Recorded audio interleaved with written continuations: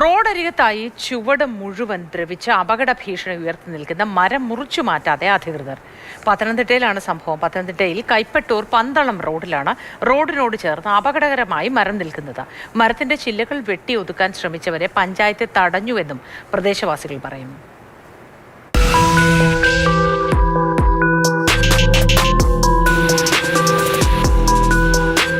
മഴക്കാലമാണ്, അപകടങ്ങൾ വിളിച്ചു വരുത്താതിരിക്കുക എന്നുള്ളത് മാത്രമാണ് നമുക്ക് ചെയ്യാൻ സാധിക്കുക. അപ്പോൾ ഞാനിപ്പോൾ നിൽക്കുന്നത് കൈപ്പട്ടൂർ പന്തളം റോഡിലാണ്. ഈ റോഡിനോട് ചേർന്ന് തന്നെ ഒരു മരം നിൽപ്പുണ്ട്. ആ മരത്തിൻ്റെ അവസ്ഥയിലേക്കാണ് ഞാൻ നിങ്ങളെ കൂട്ടിക്കൊണ്ടു പോകുന്നത്. അതായത് മരത്തിൻ്റെ ചുവട് ദ്രവിച്ച് ഒരു വശത്ത് നിന്നാൽ മറുവശം കാണാൻ പറ്റുന്ന രീതിയിൽ ചുവട് ദ്രവിച്ചാണ് ആ മരത്തിൻ്റെ നിൽപ്പ് എന്ന് പറയുന്നത്. ഈ മരം മുൻപ് ഇതിൻ്റെ മുകളിലേക്കുള്ള ഭാഗങ്ങളൊക്കെ കോതിയൊക്കെ വിട്ടിട്ടുണ്ട്.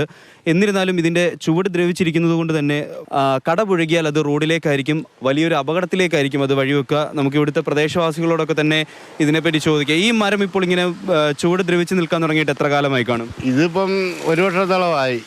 ഇതിൻ്റെ ഉടനെ ഈ കമ്പ് മുറിച്ചതാണ് പഞ്ചായത്തുകാർ വന്ന് തടഞ്ഞത്.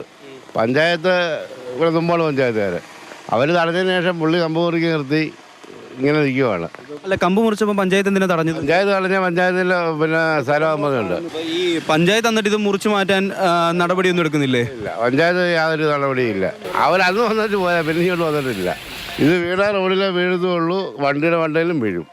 നിങ്ങൾ നാട്ടുകാരൊക്കെ പറഞ്ഞിട്ടൊന്നും അവർ കേൾക്കണ്ടേ? അവർക്ക് തോന്നുമ്പോഴല്ലേ എടുക്കത്തുള്ളൂ. സർക്കാരിൻ്റെ ഇല്ലേ, നമുക്കൊന്നും പറയാൻ പറ്റത്തില്ലല്ലോ.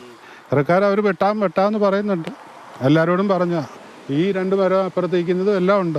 മരം മുറിക്കാൻ വന്നവനെയും കൊണ്ടും പഞ്ചായത്ത് മുറിപ്പിച്ചില്ല എന്നുള്ളതാണ് പറയുന്നത്. എന്തായാലും മരങ്ങൾ കടപുഴകി വീണ് അപകടങ്ങൾ ഉണ്ടാവുന്നത് പതിവാണ്. അപ്പോൾ മരങ്ങൾ മുറിച്ചു മാറ്റി പ്രകൃതി നശിപ്പിക്കണമെന്ന് ഒരിക്കലും നമ്മൾ പറയില്ല. പക്ഷേ ഇത്തരത്തിൽ അപകടകരമായ മരങ്ങൾ മുറിച്ചു മാറ്റി പകരം ഇവിടെ തന്നെ നമുക്ക് വേറൊരു മരം വെച്ചു പിടിപ്പിക്കാൻ സാധിക്കും.